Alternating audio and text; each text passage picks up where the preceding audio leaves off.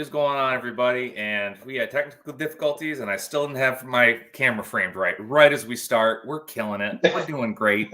Listen, if you came here for consistency, you hit the wrong spot. Anyway, Welcome back to Meet the Critters, everybody. This is episode 59. I am Kyle. Not Joe. And well, I literally, as we were both running around at exactly 8 o'clock, getting all of our last minute stuff together and figuring out headphones and all of it. It's like, we do this every week. We're at 59 episodes. You would think at this point we would be like pretty streamlined with it. And every week. And it's not like we have new technical difficulties. It's the same technical difficulties every week on both sides. Yep. Every time. That's because we're super busy. I literally cannot. At this point, I'm so busy, I can't hop on and do a test run to test all the stuff that I'm working with. No, we can't. I literally do that every week. I pulled in the driveway here at 8 o'clock on the money and ran in here as I'm logging in on my phone. Right. God damn it, I need to get in there. Well, yeah, and again, obviously it's Sunday. It's not Saturday. We do the show Saturdays. We're here. We've just been super slammed. I had a bit of a rest moment yesterday and got to get a new tattoo. For everyone who could see that. That is my new tattoo. And for the audio listeners, on my trigger finger, it says pew pew. And on my middle finger, I have a 45 long Colt firing. So, yeah. So I had 2 hours to just go out and be a delinquent for a little bit. And now I'm marked forever. Yep. From a birthday party. No, it was. Yeah, no, it wasn't from a birthday party. It's actually kind of a funny story. So I was originally going to my cousin's daughter's first birthday party. And they rented out an area at this really nice beach up here. You have to rent spots out months in advance. It's a really nice part of the lake. And I hate water. And I'm like, all right, whatever. It'll be fun. And it was supposed to be at 2. And my tattoo artist bought a pic from us this year. So we worked out a little bit of a thing. And his wife texted me the next day and goes, hey, he's got an appointment tomorrow. Do you want it? I'm like, yes, absolutely. I just need to figure out childcare. Called my mom and she's like, it's fine. I'll take him. Not a big deal. And I'm like, all right, sweet. I got a child's birthday party. Nice. Get a call at 7 a.m. from my mom. She goes, I don't know what I was thinking. Party's at 10 and it ends at 1. So it's perfect. You can come to the party with us. I'm like, God damn it. So did the party, had a great time, got back to their house, and she was going to watch it for me while I went downtown because it's right in town. And I was like, yeah, bye. Went down, got that done. It was 2 hours.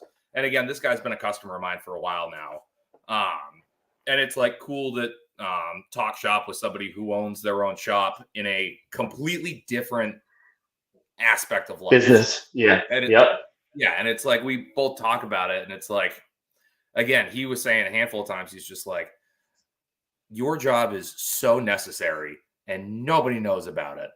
And my job is not necessary whatsoever. And people are banging down the doors to get in. He's it's crazy and not fair. And I was like, absolutely. As he hits a knuckle, yeah, you're right.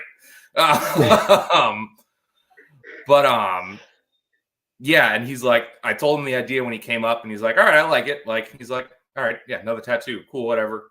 I'll get it drawn up and everything. And he looked up technical diagrams, so everything is to scale for the bullet, which is cool. But I'm talking to him, I'm laughing, and I was he was finishing up. I'm well, now the other thing is for content, I can't show my guns. TikTok and YouTube sometimes will just downright take it down if they see the gun. And he's okay.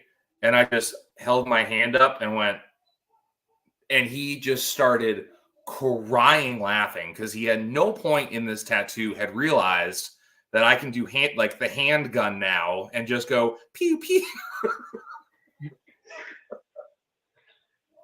So I marked myself for life because I thought it was silly. Yes, Rachel, I finally got a haircut. I finally got one. It's a once every maybe 3 times a year. You know, you gotta do what you gotta do. I know this is getting somewhat aggressive. I need to trim this up somewhat. Well, now I'm getting more professional in the shop. Unfortunately, with the USDA stuff going through, I'm going to have to start wearing beard nets with the length of my beard. Well, it was getting out of control, and my beard nets weren't containing it. So, I mean, I can leave it out of the HACCP plan. It's just we're going to have a lot more clientele. Like this week, out in my holding pens right now, I have 9 hogs, 3 lambs, and a beef for tomorrow's slaughter. Oof. Yeah. So, I mean, and this is my whole fall. Looks like this right now. And then when we go USDA, it's going to be I mean, we're pushing for our goal is 20 animals a week, mixed batch of whatever it may be. We just got to figure out how many people and what equipment we're going to need to get there. So, yeah. Yeah, I know. We're starting to ramp up too, which is nice again. I'm booked out on beef basically until hunting season. So then I get to be a little more picky and choosy about what I'm bringing in. But this week I had a beef, 4 goats, and 2 pigs to process on top of, again, just family and all the other things that go on in life when you work from home. And it's oh, this is fun. I miss being in the shop, obviously.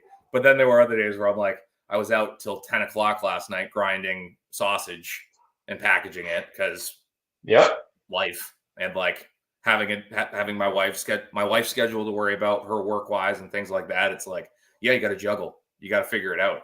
But it's it's nice to have that run in it again of just we're going, we have to, we're just running at it. And it's I had a moment again where I was out there at 10 o'clock last night and closing up and just going, there's still something about it I do love and miss.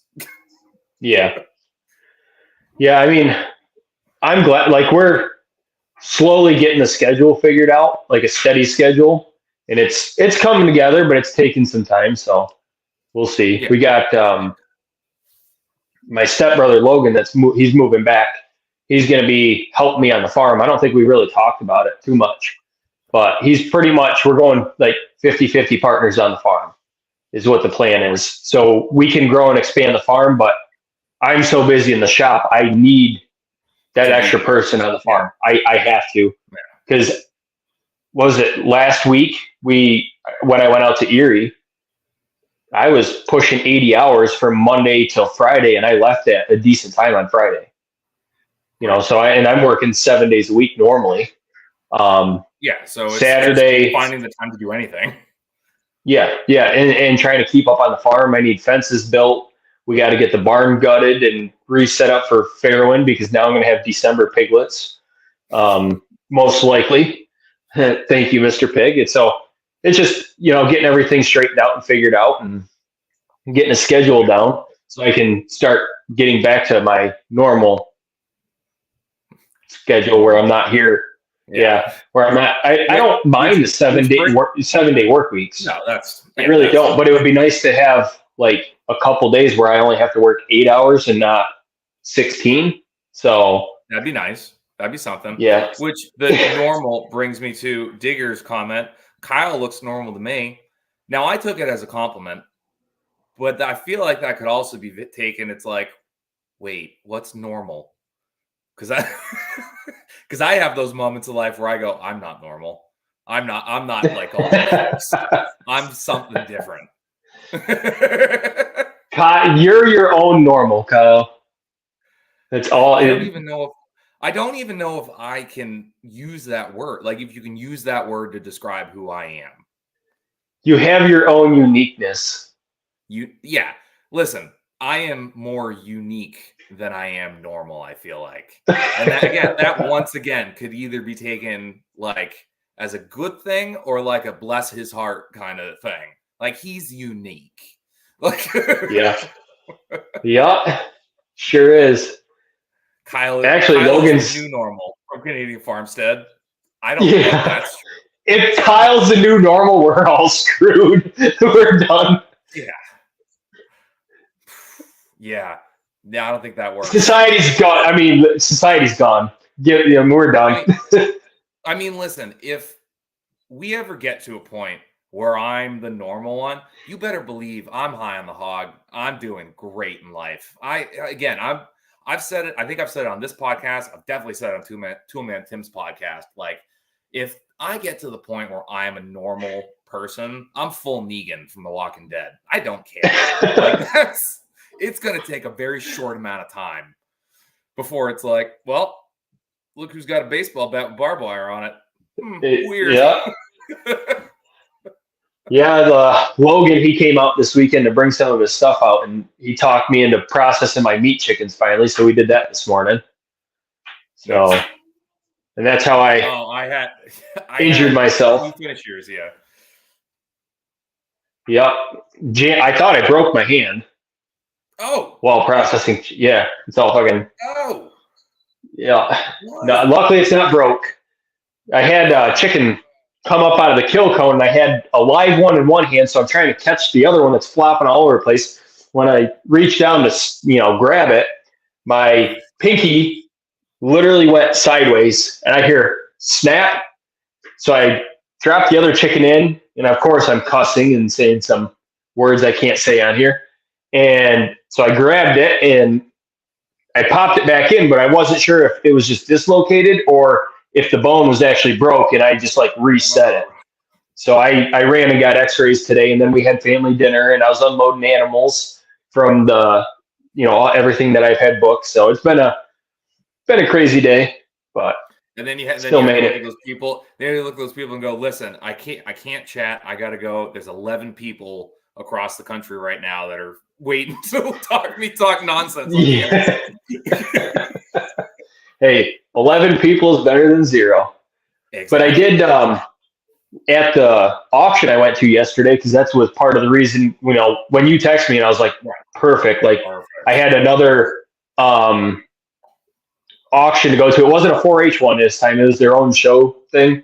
But we didn't pick up a lot of animals there, but still got our name out there.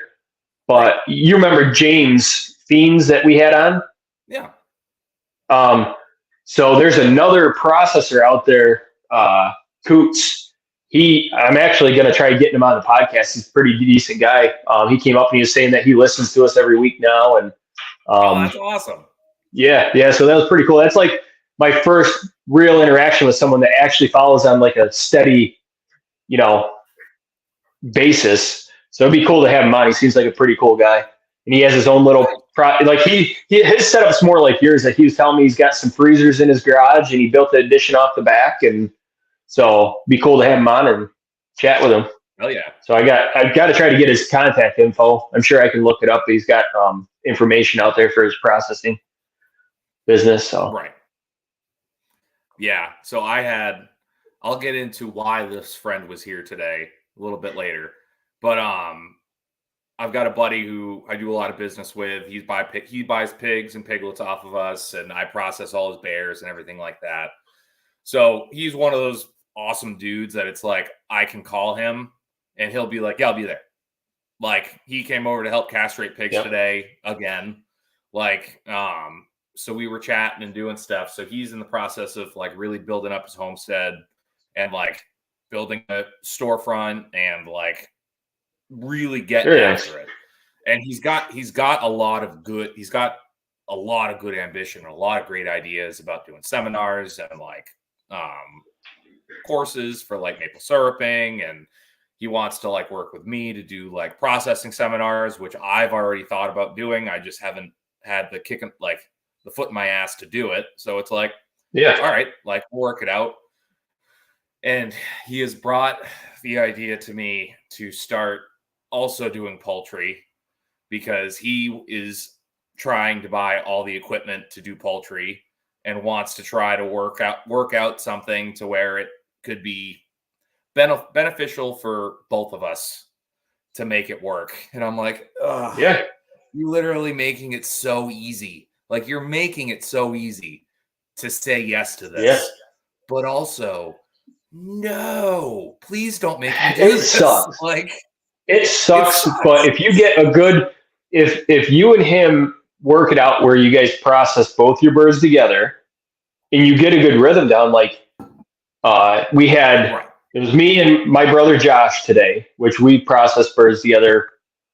I don't even know how many times now, and we know what we're doing. Logan hopped in. He was he used to cook. Him and my brother Josh used to be chefs, and so he knew how to break down birds. He just had to get back into the rhythm. And then we had Logan's brother Nathan was here, and he was catching birds for me, and we blew through 30, 35 birds in like an hour and a half, fully cut, wrapped, done, like cleaned up.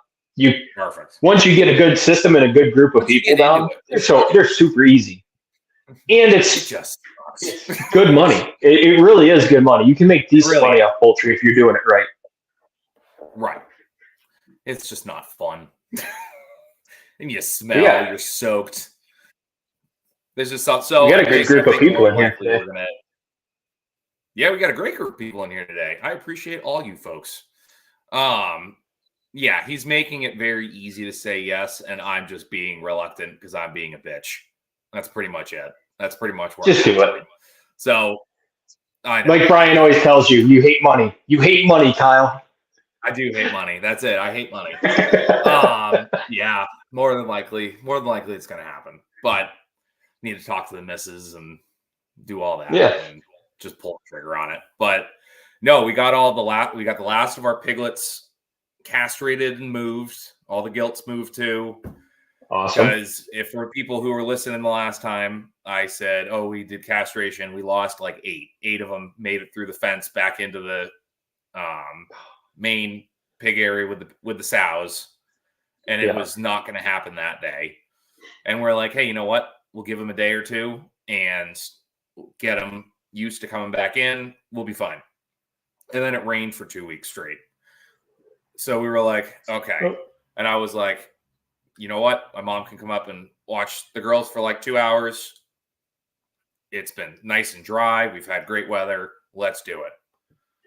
Walk outside, pouring rain all night and sprinkling this morning. And I'm like, fantastic. Great. They get there and we get them separated. For those who don't know, I'll just do a quick refresher. I have my main pig area that has my sows and the piglets, like the farrowing area. And I have a corral built off that I've made so that the piglets can get in, the sows can't, and I feed them in there so I can easily separate them to grab them. It's only 12 by 12 instead of a massive paddock. So we get them in. I screw the gate closed, and we're just kind of standing talking. We're basically all set up. We're just coming up with a game plan. And my buddy who's in grabbing just kind of does an arm motion like this, and they all scatter. They all know where the gate is, and they've all been trying to push on it a little bit. But when he went like this, like with his arms out, they all freaked, and all 8 of them pushed right against that gate, and that gate went flying. And all 8 pigs ran right back in. And right as they did that, the heavens opened. And it was just pouring. And we're all 3 of us are just standing there like, son of a bitch. Nope. So it was then just a waiting game of like, all right, now we got to maneuver everybody around and like keep everything nice and calm. Let's put some more feed in. Let's turn the electric off. Like, let's do all this nice stuff. Then let's try to push them. And the only thing that's doing is the sows are coming over because they're big babies. And they're like, oh, you going to give us love? And it's like, But then we finally, some of them started to get more comfortable going back in. And then I just started throwing loaves of bread in. And they were like, oh, cool. I don't care about my testicles anymore because there's bread. So let's go do that. And then as soon as we did that, we got them like real quick in and out. He ended up buying 5 of them. So we only put the two bigger ones that I wanted, we put them in with the rest of the piglets, and then we just took the other 5 and put them in the bed of his truck with a cap on it. Like, wham, bam, bam, done. And it was like, thank Christ this is done. Yeah, I hate, like, I've contemplated literally getting rid of the breeding stock and just buying feeders from someone for the sole fact Yeah, I don't want to castrate piglets. It's bad. And I mean, Canadian Farmstead even said it. Like, they need to come up with a new way of castrating pigs. Listen, I'm sure they did. They did. We just got to teach the pigs that they're transgender now and they can't breed. Exactly. And there's no such thing as, testosterone abortion. Right. You identify as a skill. You need to look past your urges. Yeah, we just need to figure out a blocker that we can give to the pigs. Yep. I don't know. Maybe I'm sure they tested those blockers on pigs before. No, I guarantee it. Absolutely. Yeah, no, it's tough. The biggest game changer out of all of this is it's like, I didn't want to use, I have one of the Havalon Pro knives, so like the replaceable blades, and I love it, but I use it for skulls and stuff like that. So I'm like, I don't really want to transfer it over to this. This is very different. And so I was at Tractor Supply and they had just a regular one. Like, they had them there, but just like, just the handle, didn't fold or anything like that. It came with the blades. Yeah. I was like, perfect. I'll just snag that. That was the biggest piece of shit I have ever bought. And let me tell you, folks, that's a moment in time where you don't want something to be a piece of shit as you're removing something from something else. Like, it's not the time for that to happen. So yesterday I went out and I grabbed it out of the taxidermy box and gave it a real good scrub down and bleached the hell out of it. And I was like, no way. And let me tell you, it worked. And let me tell you, in the 2 weeks that those guys have been going, they were holding a lot more semen this time than they were last time, because that thing sliced right through and I was glazed by the time I came out of the shower. I was just covered in so much blood, semen, and mud. I walked in and like the girls ran up to me like, "Dad!" And I'm like, "No, do not touch it." It took Kyle back to his early 20s. Exactly. I mean, I try not to think about it, but the heart wants what the heart wants. Yeah, it was bad. I was like, oh my God. Because it was like, I went in it with the same, because again, it's a high stress environment. There's pigs screaming. You finally get like, fighting it. And again, my guys are 12 weeks old. They're 40 pounds. They are meat missiles. They are just all muscle. And when you bend them up, they're doing everything in their power to just stretch out and get out of what's happening. Understandably. I know, like the last 2 litters that we've done, my pigs were like 50, 60-pound pigs. They were like 16 plus weeks old because we were waiting for other people to come show us. Finally, we're like, we got to get these done. And I'm not a big guy. I'm not 6 foot something like you are, Kyle. I'm 5'9", 175 pounds, and I'm wrestling a pig that, people are like, 60-pound pig, that ain't nothing. 60-pound pig of pure muscle. It's like wrestling freaking, it's nuts. By the 5th one in that first batch, you might go ahead. Yeah, like you just went through a workout. Like, no, a 60-pound pig is like the equivalent of like trying to like, it would be like trying to like wrap you, like try to hold you down, like as you're 150 pounds, 160 pounds, 180 pounds, 175. That would be weight. Yeah, you're 175. Yeah. Literally trying to hold, like if you tried to do it by yourself, you couldn't. And if you did, you're a monster. Yeah. But like, it's just all muscle, and all muscle in the most traumatic, one of the most traumatic moments of its life, trying to get free. So it's just, but my buddy's cousin came with us. He didn't tell him where he just said he just said they were going to pick up his pigs, not what we were doing on top of the pigs. So he came out in sneakers, which he regretted. Oh boy. But so he was holding the back legs. He was holding the back legs because my buddy was grabbing and holding the front legs. So he goes, how hard do I hold them? And I'm like, how hard would you fight if someone was trying to remove your testicles? And he goes, oh, got it. Get the first one in. He gets hands on it, and I see him pushing on it, and that 40-pound pig just launched his arms back, and he just made direct eye contact with me. I'm like, put his legs back, like put them down, like, and he's like, Jesus. Yeah, it was great. People don't realize how it. No, they don't.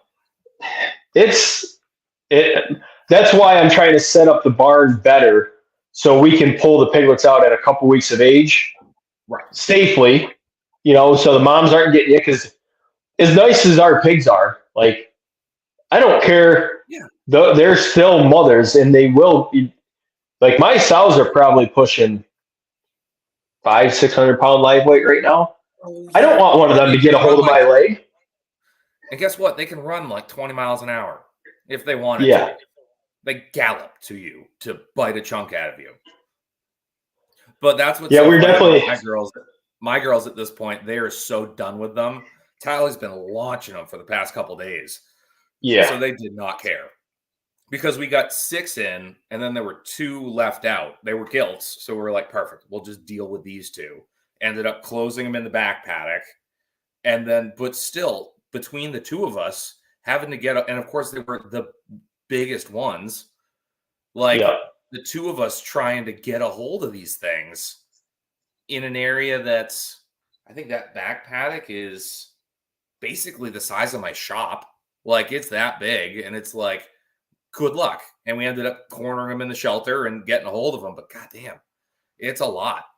But of course, to add on top of all of this, again, soaking wet, covered in mud, blood, and semen, I also have a day-old tattoo on my dominant hand that I can't get wet or like foreign objects in. So I have a rubber glove, and then I have a work glove over top of it.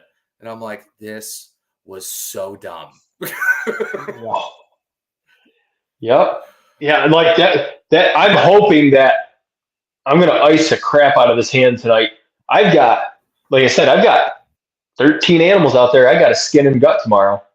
And my dominant knife hand is swollen up like a freaking baseball. I'm glad it's not broken, but it's still sore. Like, I've dislocated knuckles before, but that one was, I thought for sure I snapped the bone right here, like a boxer's fracture almost. Whoa.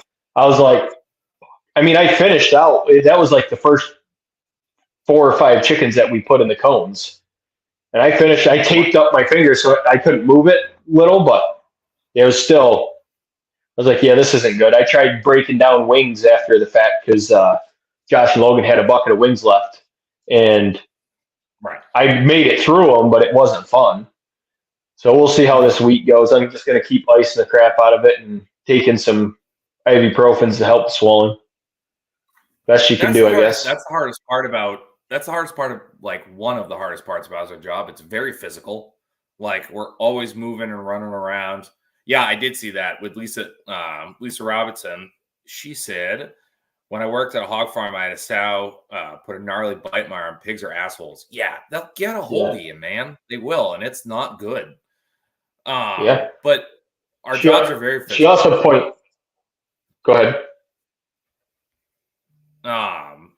And we need our bodies to be in the best shape that we can, because if they're not, our job is nearly impossible.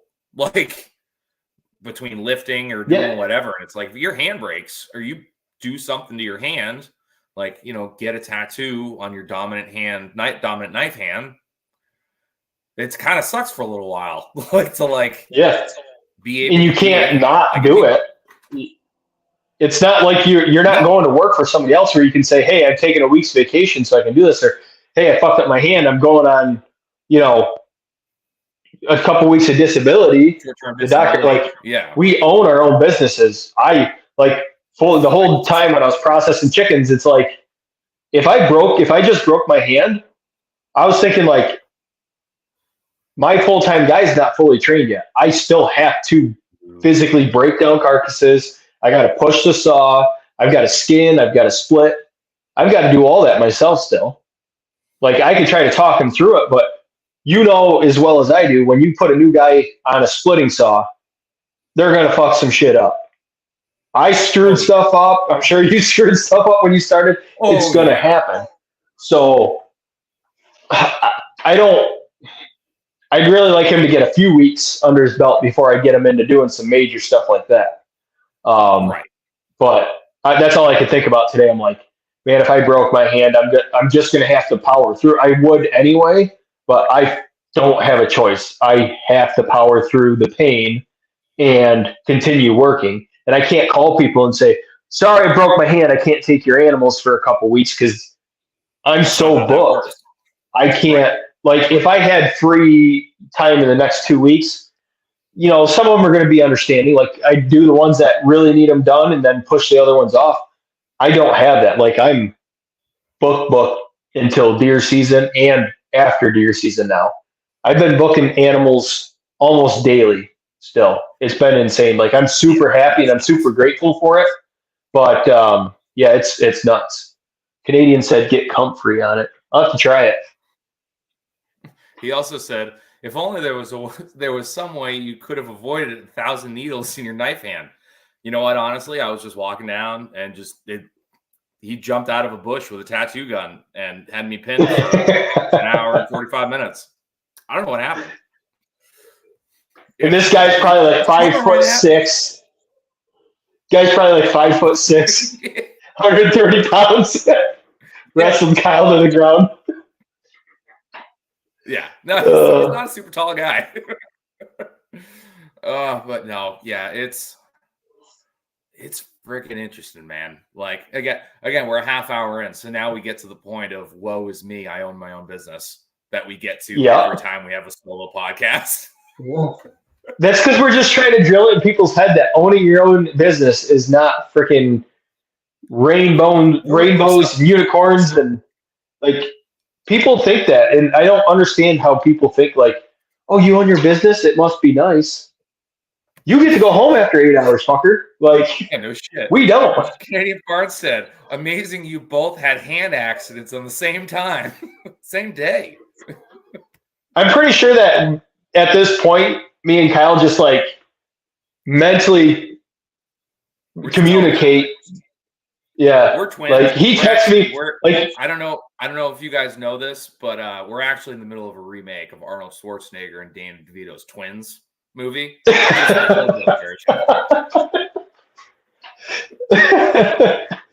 But no, like when Kyle texted me yesterday and said, "Hey, you good to go on for Sunday?" I was literally reaching over to pick up my phone to text Kyle and be like, "Hey, are you cool with doing it Sunday?" So I feel like we haven't talked about this at all off air. This is all behind the scenes, folks. Congratulations. Should we move it to Sunday? Because we've had better crowds on Sundays than we have on Saturdays. We are. We haven't talked about it, but I was actually just thinking that. And honestly, it's somewhat easier because like Saturdays are still like a day where it's like you're like I'm off at least because I have the kids, but it's still like everyone plans things for Saturdays. So I'm always running around and doing stuff.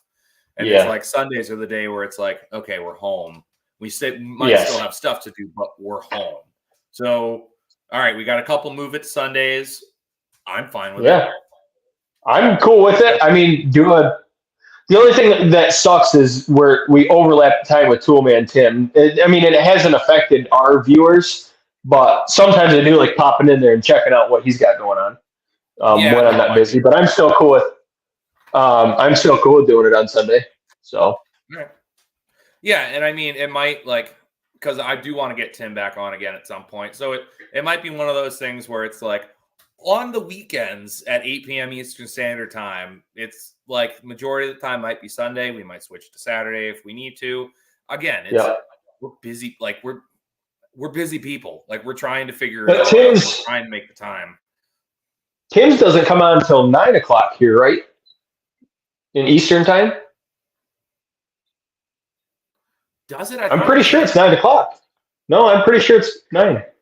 We'll have to look. We'll look when we get off here. All right. Well, I haven't been able to catch one of his lately, but yeah. I haven't either. But yeah, no. So all right. Well, that sounds pretty good. We'll move it to Sunday, and that way gives us a little time. Tim is on Thursday, I thought.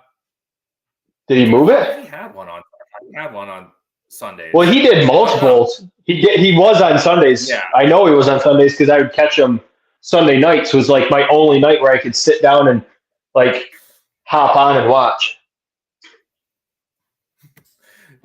Lisa, I do see Canadian Farm says I'm bringing him up next. Lisa Robinson, Sunday's a day of rest. So church. I can't hear you anymore, Kyle. Gospel with Kyle and Joe.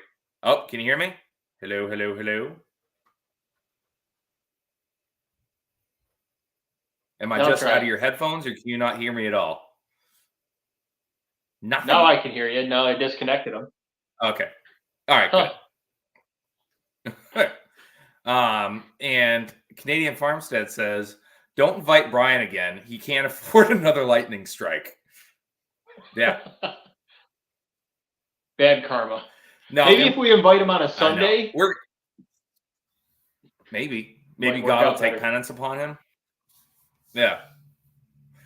And we're gonna get a lot more guests on. We got a lot. I've got a lot of the farm talk guys off of TikTok, like a bunch of people from our community over there that I've reached out to, and they have shown interest on coming on. So I've got a couple people that even today I was like, "Hey, you want to come on as a guest today? I know it's short notice, but what are you doing?" And they're like, "Can't today, but would love to." So cool. We're going to have more guests. We're going to get there, kids. I apologize. And I think it's going to be easier to get guests to commit to Sunday evenings versus Saturday. Like you said, everybody does stuff on Saturday. Time. So. Yeah. You catfished me into this. One of the people I asked to be on the show tonight, and look where he is in the chat. Weird. Can't do it. He's secretly hiding in a corner to listen to our podcast. We should be thankful. Right, exactly. So I do want to bring up the name of this episode was The Magic Bullet. So I shared this with Joe earlier, and it was something super cool. So out of one of the pigs that I processed, like one of our pigs, it wasn't Kevin, it was Tammy. I was processing her, and I was like kind of surprised I didn't find the bullet in either of them. And I was like, all right, that's whatever. Like, it is what it is. Probably came out while I was gutting or whatever. So I pull a side out, and I get it on the table, and I get the shoulder on the table slows the head and everything on it. And I'm looking at it, and I have the picture pulled up. When I look at it, the bullet is, I don't know if everyone can see it. I don't think anyone can see my mouse. I'm sitting here circling it, and no one can see it. But right in the center, that little gray area right there, that is the bullet. So the little dark spot down at the bottom of the screen, right at the skull cavity there, that's the entry point. And the bullet was there. I was like, oh, no, that was a hell of a shot. That's pretty awesome. Look at that. And I didn't realize until I pulled it out that the bullet is actually in backwards. That, like, facing the brain cavity is the front of the bullet. So it somehow entered here, bounced off somewhere, and then landed directly into the spinal cord backwards. And it's like, I've been doing this a while. I have never seen that. I've never seen that. When you sent it to me, I'm sitting there staring at it, like, what the hell? Right? Like, it's weird enough. It's crazy enough to think about making the shot just regular, like just making the shot and having the bullet go directly through into the spinal column and staying there. That's crazy. But to then add on to that, not only did it enter the spinal cord, it somehow flipped in there and still worked its way back. I've never seen that before. So I thought that was pretty cool. And it's It's funny if you folks are in the Telegram group, this is something that you can go back and check out. That was the pig my buddy got the video of me dropping. And if you're in the Telegram group, you'll remember I had a fun night of pairing that with some very tasteful music that matched it very well. As well as like Celine Dion, things like that. Arms of an Angel as well at one point. And I was like kind of studying it and watching it. And I'm like, it's freaking nuts. Like, you would have thought it would have gone through the bottom of the skull plate because that's what it usually does. But whatever angle it was at, it must have just bounced off the back and just launched its way in there. Rachel was not a fan. She did not understand the hysterical nature of adding sad/adorable songs to that video. She's too serious. It's too serious. But we need her because she gives us shit and keeps us in line. So she does keep us in line, absolutely. But try funny to keep bone, us Rachel. in line. There is something funny about a perfectly timed Celine Dion song to a pig getting dropped. I honestly, my favorite one is I thought about pulling one up to put on here, but I knew they'd pull it down. Like, I knew they'd pull down the video because that, for obvious reasons, they would pull down that video or this whole podcast. The Dangerous Woman one was my favorite because that one was timed perfectly.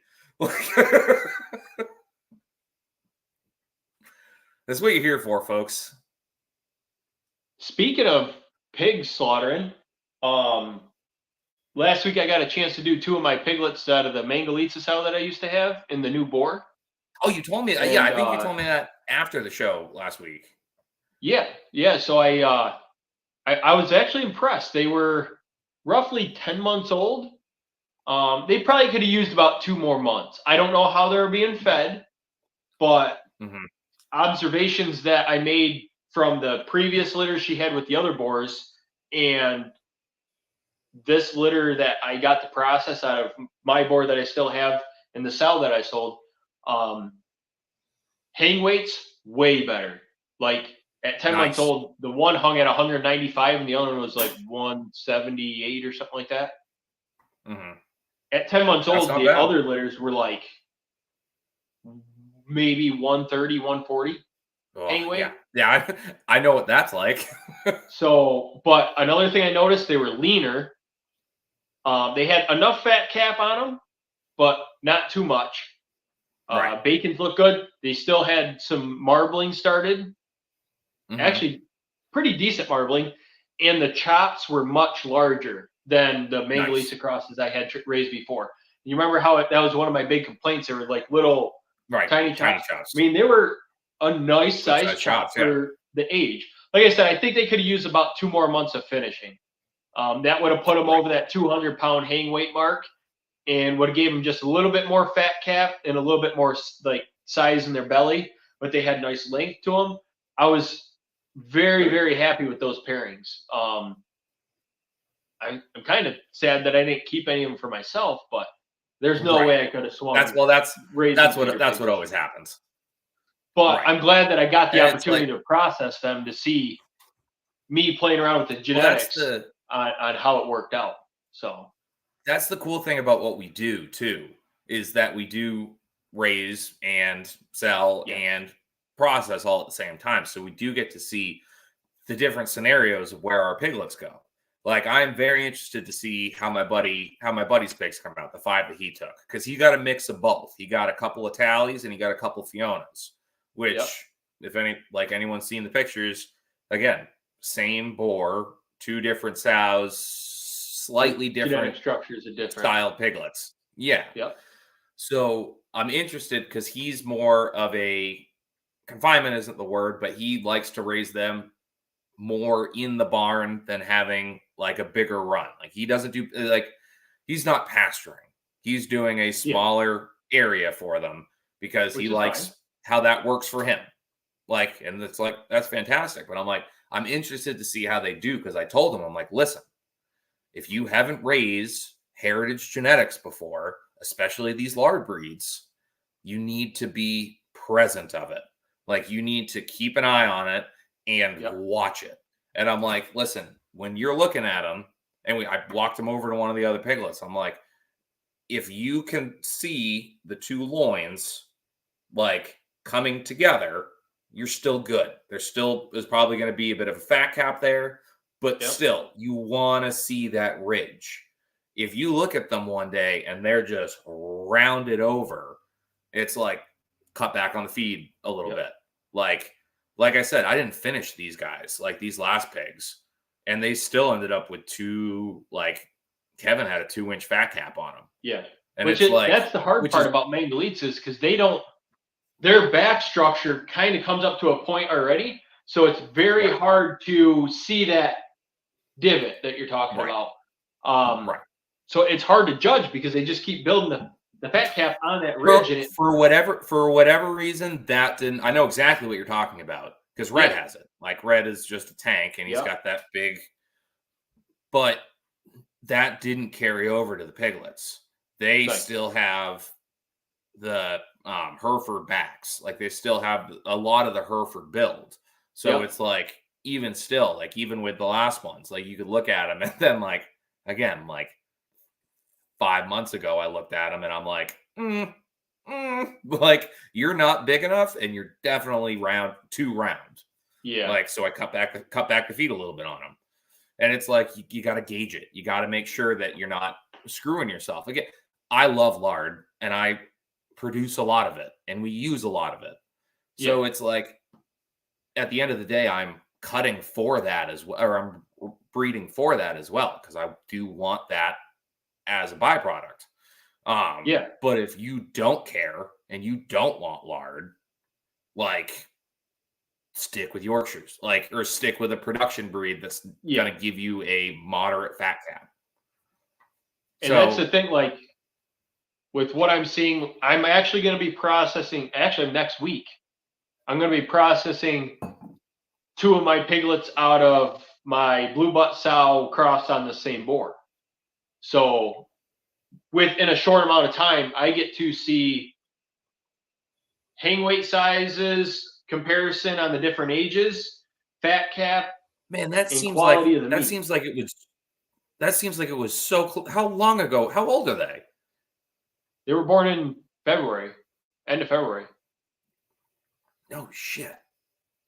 That seems like it was yesterday. Like, I feel like it was yesterday we were talking about them. They're 6 months old. Now, they're not. Yeah. Pretty much, my buddy's raising them, and I have a date set for September for him. But I think he's fed up with them. They're terrorizing, tearing the barn apart. But I'm interested to see how they turn out. So. Yeah. Yeah. And you took the words out of my mouth.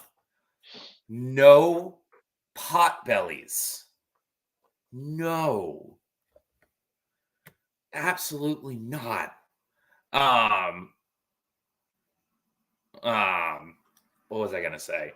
The only time I ever thought about it as like a good idea was when Josh was around and he was talking about how he raises them. And I'm like, if you're in the environment where you have where you could raise them basically as sheep and process them at like 3 months, I guess that's fine. Like, and use them as like whole roasters and stuff like that. But I'm like, I don't see the point. Like, if you're processing them early so they don't produce a lot of fat, just raise a different breed. Then like, what do you got? You might as well just process a cat at that point. I mean, you got a fat rabbit. About the same amount of meat. Yeah, I don't know. I get it, but I'm also like, I don't get it. At that point, raise an Ossibot. Canadians, all roads lead to the Cooney Coon. Canadian, you're going to like my new video I shot Saturday morning that I'm editing right now for YouTube. So make sure you catch that one. You'll enjoy it. I had to take a step back in my pride, but I did mention the Cooney Coons in that video. I've dealt with them a handful of times, and I don't feel the magic. Like I don't have that magical spark when people touch Cooney. Like I don't get it. Neither. Like, so, all right. I'll mention on the podcast. With all the natural disasters that we've had recently here in Western New York, that mini tornado, all the flooding down, like literally 20, 30 minutes from us, southeast, that's devastated multiple farms and families and just homes. And then I finally got a chance to get on YouTube. Tyler actually did the video that we were supposed to do the collaboration with him on. Right. For best animals for survival situation. So I've been wanting to do it for a long time anyway, but with the natural disasters, I've been thinking about it a lot. And then I stumbled across Tyler's video, so I covered it. So I'm editing that. And for pork production, if you're insistent that you need it, it makes sense to go with a Cooney Coon. It just does. In a survival situation, you can, if you got enough space around you, you can let them forage and get wild apples and acorns and nuts and the grasses. I understand. It makes you're not gonna get a lot of bacon or ham off of them, but you can still get bacon in a survival situation off of them. If you needed to, and I need to do that. I'll talk to you a little bit after the fact because I need to do that too. I need to get that video out. That might be the one that kicks me in the ass to get it going. And it's like, I'll give a little teaser because my opinion on it is, yes, I get it with the pot bellies and stuff like that. But at that point, get your hands on some Aswell because it's all of the qualities with not a ton of the negativity. Yeah. Like, so the difference I can see with, between the Aswell and the Cooney Coon is if you're limited on your pasture for your other ruminant animals that you're trying to raise, the Aswell is going to tear the crap out of those versus the Cooney Coon, which isn't going to do as much damage. That would be my differentiating, like which way am I going to go with them? My thought on it is because the Aswell has such a better feed conversion rate. Yeah. And a better feaster. Like, again, these animals, like, for a refresher, for everyone who don't know what they are, red is like an 8th Aswell at this point. I've started breeding it down. But they are from Aswell Island off the coast of Georgia. The Spanish dropped them off when they started to settle the New World. So they've had hundreds of years to evolve by themselves on this island. So with that, population jumps up and down, and over time, you get the best pigs that are like rugged. Like at the end of the day, like they're built for the apocalypse because it's one of those things where they pack on the fat in the good times when they have low populations, so that when times get tough and food's scarce, they have the fat to be able to live off of, do that, this, that, and the other thing. And they're a much smaller breed. Like you can still get a potbelly pretty freaking big.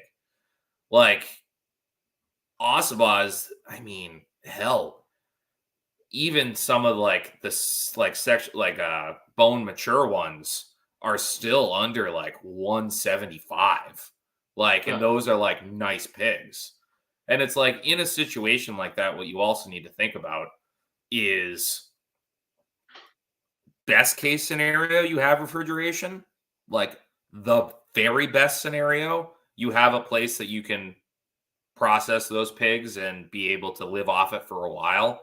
But in like a real survival situation where you're in a good spot where you can set up like a paddock that you can have pigs and stuff in, you're not going to be processing full-grown animals. The best case is that you have multiple sows and have litters constantly because you're going to be eating those. You're going to be doing those 2-month-old, 3-month-old pigs. Right. because that's going to be your meals for the next day or two. And then the next day or two, you're going to be doing it again. And you're going to be doing it again because you don't have the time or the resources to get those animals to the full weight. And even if you got them to the full weight, you don't have the power or the ability to preserve those unless you're smoking the whole thing. Yeah. Yeah, exactly. So, and I covered that a little bit in my video. So what I think we should do is both of us get our videos out and invite Tyler on. We can just do a whole episode discussing this. Yeah. Yeah. It would be awesome because like you're making a lot of great points with that breed. And as you're saying those, I'm thinking, okay, if you have a lot of hardwoods where you can put the pigs in where they're not damaging your pasture land, because, you know, I put in there goats and sheep because I'm thinking like we're cold climate. We got to put up hay, we got to put up dry matter for those animals to live through the winter also. So I could see where the Ossabaws would be a great producer as long as you have the hardwoods in your area. I have it in my area, but I would have to go onto my neighbor's properties to do that. And then, which might work out because their property's gone. Well, I mean, it's just like keeping your neighbor happy with, like I do now. Offer them a pig or two for the year. Offer a pig. There you go. Here's a pig. You gross them out. Yeah. No, it's a super interesting question. And again, we'll talk about it after, and we'll get our videos out. I'll get it filmed this week. Cool. And we'll talk about it just because it is a super interesting concept. Like it's not even a concept. It's how people lived. Like this is what the way things are going nowadays. We might be living like that again. We're doing it again. Right. So all the fun stuff. Well, look at that. We made it to an hour. Again, I don't understand how we basically talk about the same stuff every solo episode, but it's also different. Yeah. And we make it work for an hour. Yep.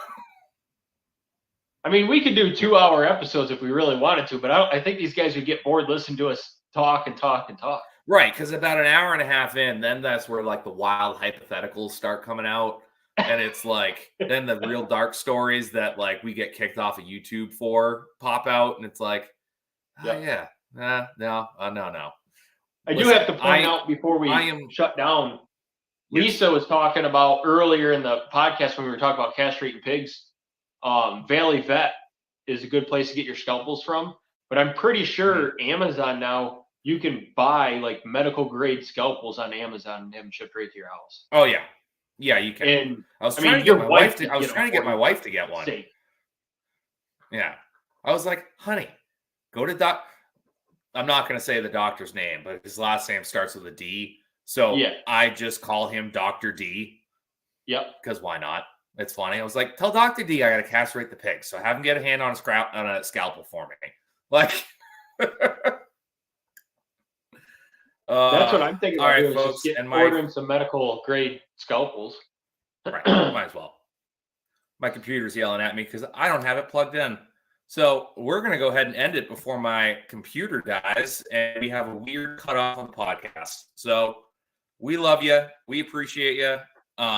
Joe, where can everyone find you? Here every week with Kyle on Meet the Critters.